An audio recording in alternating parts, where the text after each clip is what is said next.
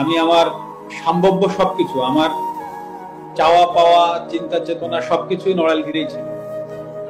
যে আমার নড়াইলের আসলে কোন জিনিসটা করলে নড়াইলের মানুষ উপকার, সেই জায়গাটা নিয়ে আমি কাজ করেছি। যখন ঘর উড়াই দিচ্ছে তখন তো একটা কাপড়ও ছিল না আমার মায়ের বা আমার বাবার, ওই এক কাপড়ে বের হয়েছে। এখন তারা তো ওই সময় বাসায় ছিল, বেশ কয়েকটা এতিম ছেলে মেয়েরা থাকে, 5-6-7 জন আছে যাদের আসলে কারো বাবা নাই বা কারো মা নাই, বা বাবা বিয়ে করেছে, ছেলে মেয়েদের রাখতে পারছে না। তো আমার মা করতো কি, ওই ছেলে মেয়েদেরকে এনে বাসায় রাখতো এবং পড়ালেখা করে।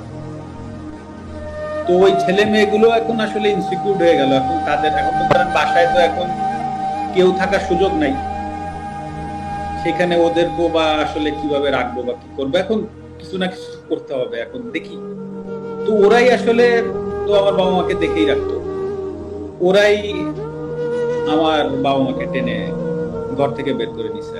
শেষে আলহামদুলিল্লাহ আমার বাবা মা বেঁচে আছে, এটাই বড় ব্যাপার।